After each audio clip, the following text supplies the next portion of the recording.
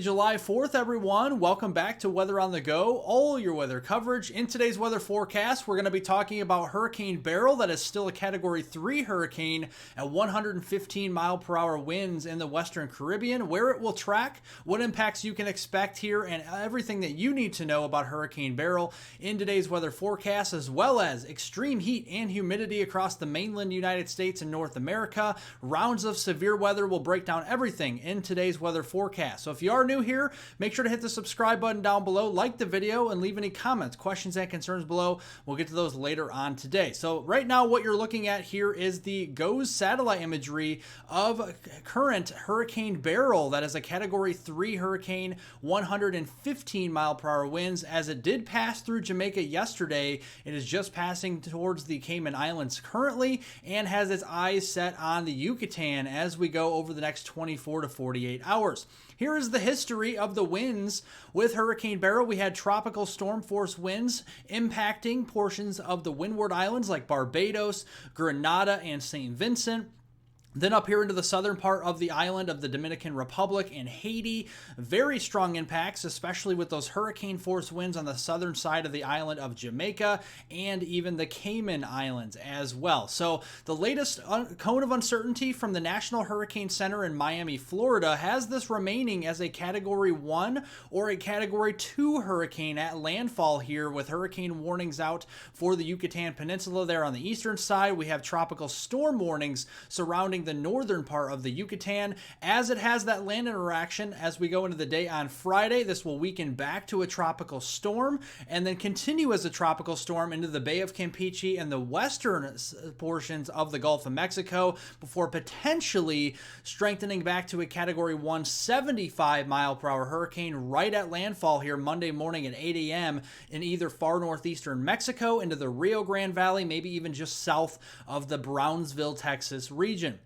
So currently, here is what we see as we go through the day today. There is Hurricane Beryl over the open waters of the Western Caribbean that will move over the Yucatan and making landfall in the Yucatan as we go into Friday morning and into Friday afternoon, seeing those significant impacts. Very heavy rainfall there, possibly some flash flooding in the Yucatan as well as some mudslides, so be watching out for that. Then it'll cross back over on Saturday during the day into the open waters of the Bay of Campeche and the western Gulf of Mexico before potentially re-strengthening. Now let's look here currently at the sea surface temperature anomalies, because then it's in an environment that doesn't really have a lot of super warm waters like it did in the central and eastern Caribbean. So the system is behaving a little bit better now. So I think we're going to start to see this trend down in intensity, especially with these cooler water temperatures and the land interaction with the Yucatan. So it may take some time for this to re-strengthen, potentially back to a Category 1 hurricane at 75 miles per hour as it makes landfall in either far northeastern Mexico there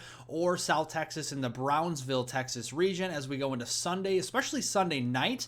But then as we go especially into Monday, that's when the landfall is expected there, somewhere near the Rio Grande Valley, including far northeastern Mexico or maybe even far south Texas into the Brownsville, Texas region on Monday. This is going to be bringing a swath of some very heavy rainfall. Rainfall amounts there in the Yucatan could be pushing over 6 to 7 inches. In some localized areas, possibly even higher than that.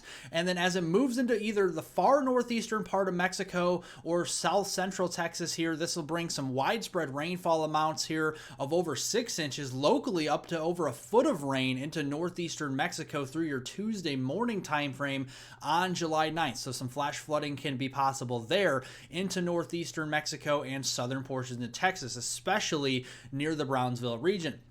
The National Hurricane Center in Miami, Florida is also investigating another area of concern here into the Eastern Caribbean, right on the heels of Hurricane Beryl. It has a very low probability right now of 20%, basically taking the same track, maybe just a little bit further south of a track than Beryl did. But right now, nothing that is very imminent, so we're not keeping a very close eye on this quite yet for anything major, but we'll keep an eye on it nonetheless as we go over the next few days. Closer to home, the mainland U.S., we have widespread heat headlines across the West, whether it's excessive heat watches in the maroon reds, heat advisories in the orange, or excessive heat warnings in the pinks.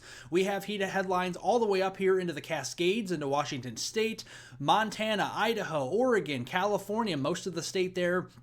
most of the state of Nevada as well, into Arizona, parts of Utah. And then we have heat headlines across the deep south as well, including portions of Oklahoma, Texas, Arkansas, Missouri, and down here into Louisiana, Mississippi, Alabama, Georgia, Florida, and even the Maryland area. So you have a lot of heat headlines across the United States. High temperatures this afternoon will be well into the 90s, if not the triple digits, across portions of the deep south, but also the western U.S.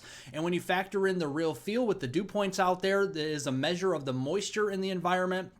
This is what the air will feel like to your body as you walk outdoors. 105 to 115 degree Fahrenheit range. I know it's been a broken record across the deep south. Bear with us here. We have a lot of more heat on the way as we go into the afternoon. And this heat will be fueling a couple rounds of severe weather. One up here into Minnesota, Iowa, and Wisconsin. Another area stretching from Oklahoma all the way over here towards Kentucky and Ohio. And the main threat here is going to be 60 to 70 mile per hour winds. Some quarter-size hail. The best chance for that is up here in Minnesota, Wisconsin, and Iowa.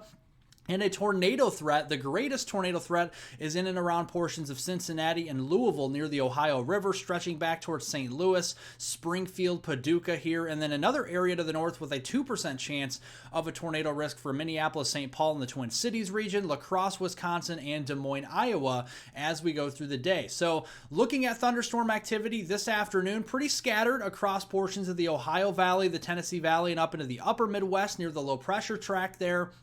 Be watching out for that. Not everybody will see a storm. As we go into the evening, some upscale growth into a couple lines of storms will be possible. First line moving up here through Minnesota, Iowa, and Wisconsin, maybe clipping far northern Illinois, and then a secondary line further south into Missouri, Oklahoma, and Arkansas. That will move its way further east and produce some heavier rainfall. And that's the two swaths we're looking for heavy rainfall. One up here toward the Twin Cities and into Wisconsin of around 1 to 3 inches, and then a secondary 1 to 3 inch swath down near the Ohio River as we go through your Friday morning commute. And this will lead to the potential for scattered flash flooding events, so just know that. Turn around, don't drown. If you see any flooded roadways, again, turn around, don't drown. Don't drive on any flooded roadways.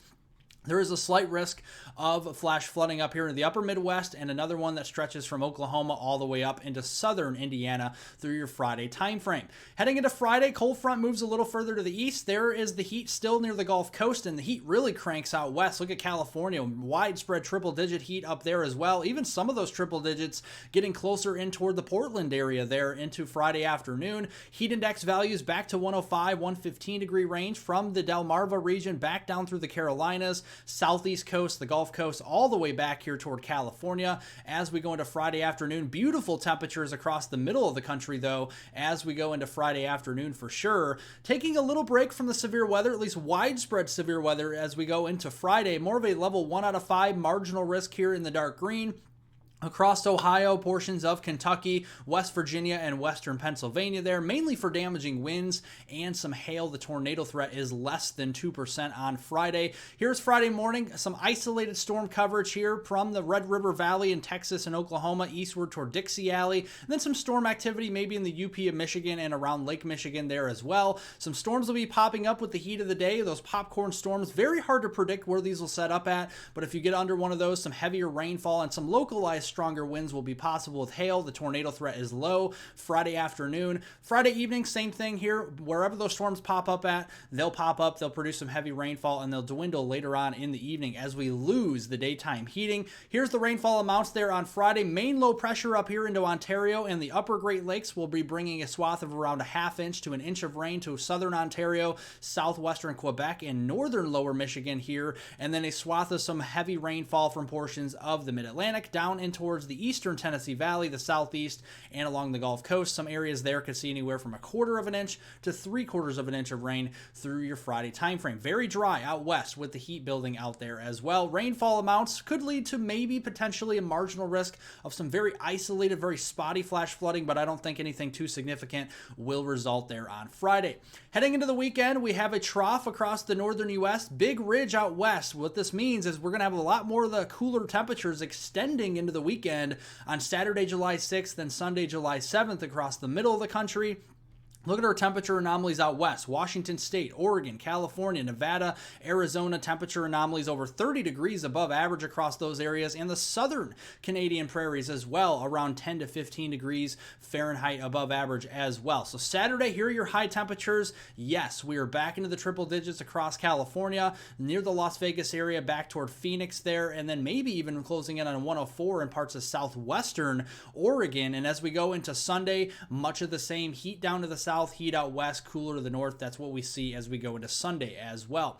Rainfall and precipitation amounts on the weekend here on Saturday, July 6th. Pretty spotty up to the north. Some rainfall possible. It's a few thunderstorms into the Dakotas, Nebraska, into Minnesota, Iowa, and Wisconsin. Some spotty showers up there in the northeast, and then some spotty rain showers that could be heavy at times from Texas eastward through Louisiana, Mississippi, Alabama, Georgia, and portions of the western Carolinas. There's that hurricane down there, or tropical storm at the very least there, crossing over the Yucatan and into the Bay of Campeche, Western Gulf on Saturday, closing in on the east coast of Mexico and the southern portion of Texas as we go into Sunday.